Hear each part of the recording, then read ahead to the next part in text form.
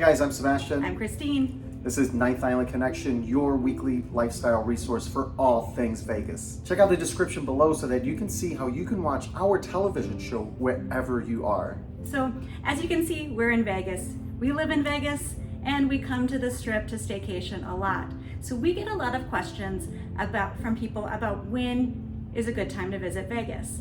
And well, in our opinion, anytime's a good time, but it depends on what you like. In this video, we're gonna highlight the different seasons because that kind of determines when people want to usually take their vacations here in Vegas and what's going on during those times and what you can expect. It seems like the easiest way to break this down is by month. So let's get into it, starting with January. January is definitely one of the coldest months in Vegas. Our average daily temperatures are in the upper 50s with nightly lows in the 40s and even dipping down into the 30s overnight. You certainly want to bring your cold weather gear here, but we recommend bringing layers since many of the casinos and restaurants have the heat cranked up. Keep in mind that these temperatures may sound warm depending on where you're visiting from. For example, my Midwest friends and family, they give me a hard time for complaining about freezing when it's 50 degrees here and it's below zero where they live. Yes, it's really not that bad, but it is a different kind of cold here because of this desert climate and how long it takes to warm up and how quickly it cools down. If you're in the shade or there's wind, it's even worse.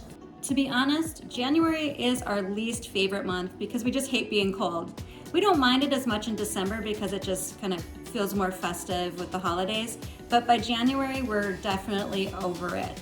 So if you're like us, you may want to avoid Vegas in January. However, if you like cooler weather or these temps sound like summer where you're from, then you would love January in Vegas. So January is also typically a slower month here for tourism. After all the holiday craziness is gone, but definitely keep in mind that with the Raiders football and VGK hockey, it does tend to get busier around those events, so mainly the weekends. Also keep in mind all of the conferences. January seems to be a month where most conferences happen, and I think that's because it's not as busy, so room rates are a little bit lower than they are the rest of the year. But at the same time, when you have conferences, you've got home Raiders games, you've got home VGK, you are going to see the room rates increase. You're also going to see restaurants close for private events, and a lot of that is going to be due to the conferences. Okay, moving on to February. The weather moves into the 60s typically, although this still seems to be the month where we've witnessed snow many times since we've lived here. At night, it still continues to get really chilly, so you definitely want to have a coat. And February, like January, isn't typically super busy. However, during Super Bowl is another story. And especially this year with Vegas hosting the Super Bowl, it is going to be extra nuts here. When we had the Pro Bowl here, that was just crazy busy. So Super Bowl will be next level. And then just like January, it's also a typically busy month for conferences. So March is definitely when it picks up, and for many reasons, like March Madness, for example. There's also St. Patrick's Day, there's NASCAR, you've got spring break throughout the country, you still have hockey, and the pools typically do start opening up in March, but keep in mind that is weather dependent. The seasonal pools open up most of the time in March because it's finally starting to warm up again into the 70s. However, at night, the temperature can quickly drop as much as 30 degrees. So again, you're gonna wanna make sure that you're thinking about layers when you're packing your suitcase. The weather is a bit all over the place in March. So if you're traveling here, you definitely wanna keep a close eye on the forecast because it can be upper 70s and sunny one day and 55 and overcast the next. Now, March is a great time to visit if you love exploring, if you're an outdoors person. There are so many cool places and hikes here. Check out the video we did of some cool outdoor places that aren't far from the Strip and downtown. If you do go hiking in March, just be on the lookout for rattlesnakes since they do come back out with the warmer weather. Like March, April can be a little unpredictable, but it's certainly warmer. Average temperatures in April are typically in the 80s in the day, and at night it can drop like up to 30 degrees in temperature. April is the perfect time to visit if you're like Goldilocks and don't like it too hot or too cold. However, you still need to pack those layers. April continues to be busy as so many people are ready for those Vegas pool days. One downfall of April is allergies. If you even slightly have allergies from dust and pollen, start your medicine before your trip here. May can also be a tough month for allergies as well.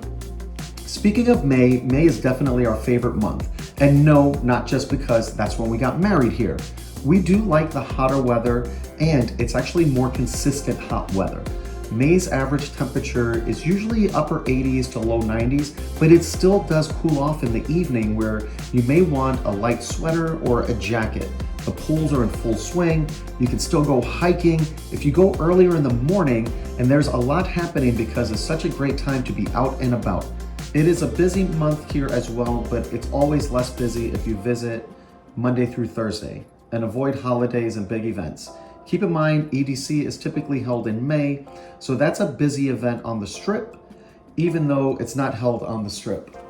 Now we're just going to lump June, July, and August all together to avoid repeating ourselves. It's hot here all 3 months. This is where we get into those 110s and up with very little relief at night. There's no relief from a breeze as the wind feels like a hot blow dryer in your face.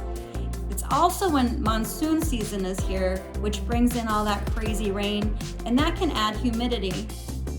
So you definitely want to bring sunscreen, chapstick, and stay hydrated during those hot summer months.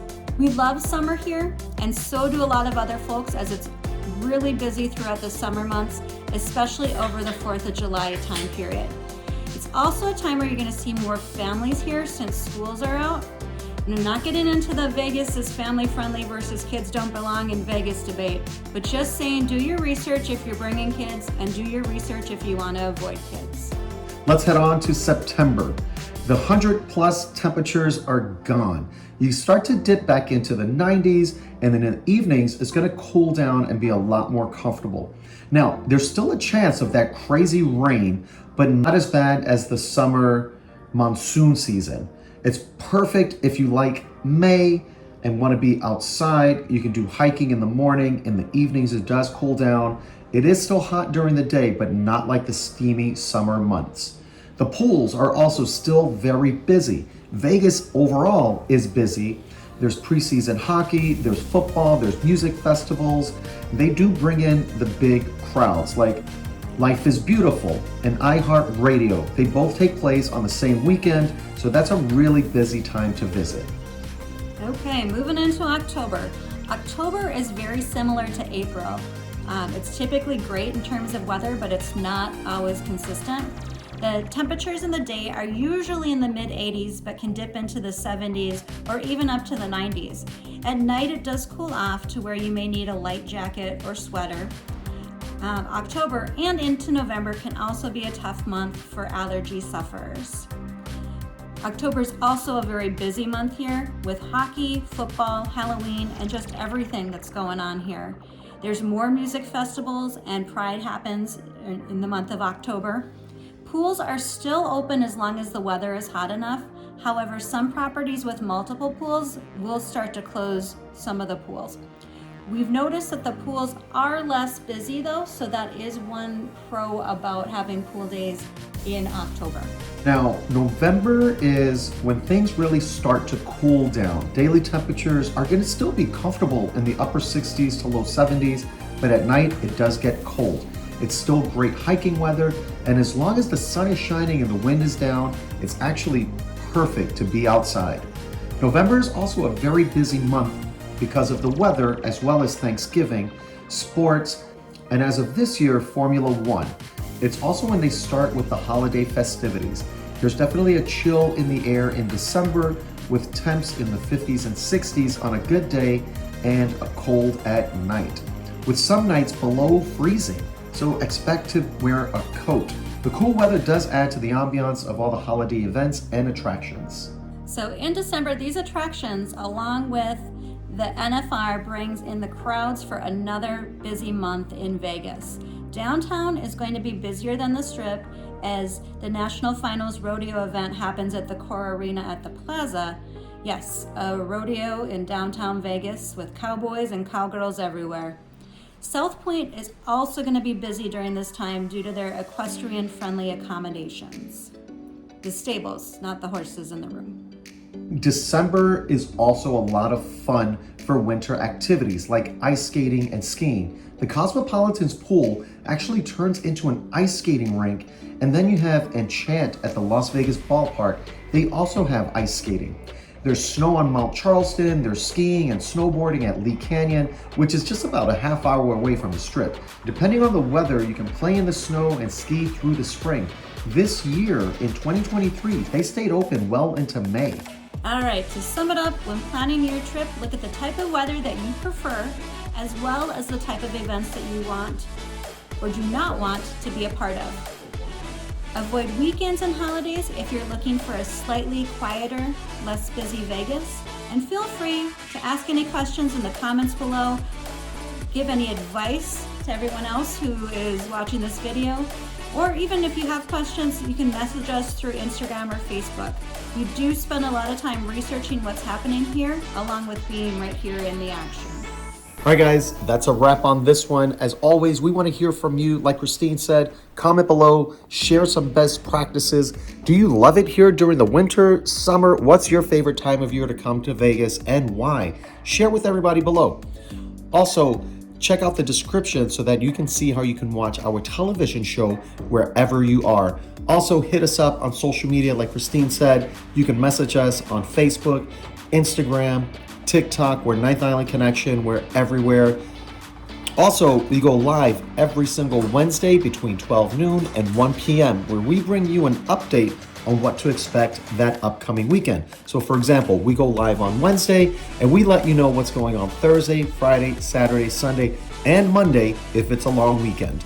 We're talking news, weather, events, traffic, everything that you need to know so that you can have the best possible stay. Thanks for watching, guys.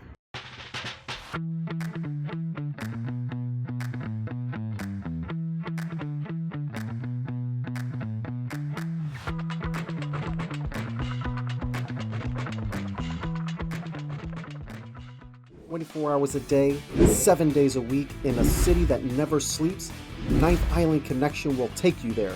You won't want to miss a beat as we give you a sneak peek inside the biggest, best, and most outrageous hotspots, both on and off the Strip. Be sure to tune in to Ninth Island Connection with Sebastian Rodriguez every week. Great people, great stories, great connections, only on Ninth Island Connection.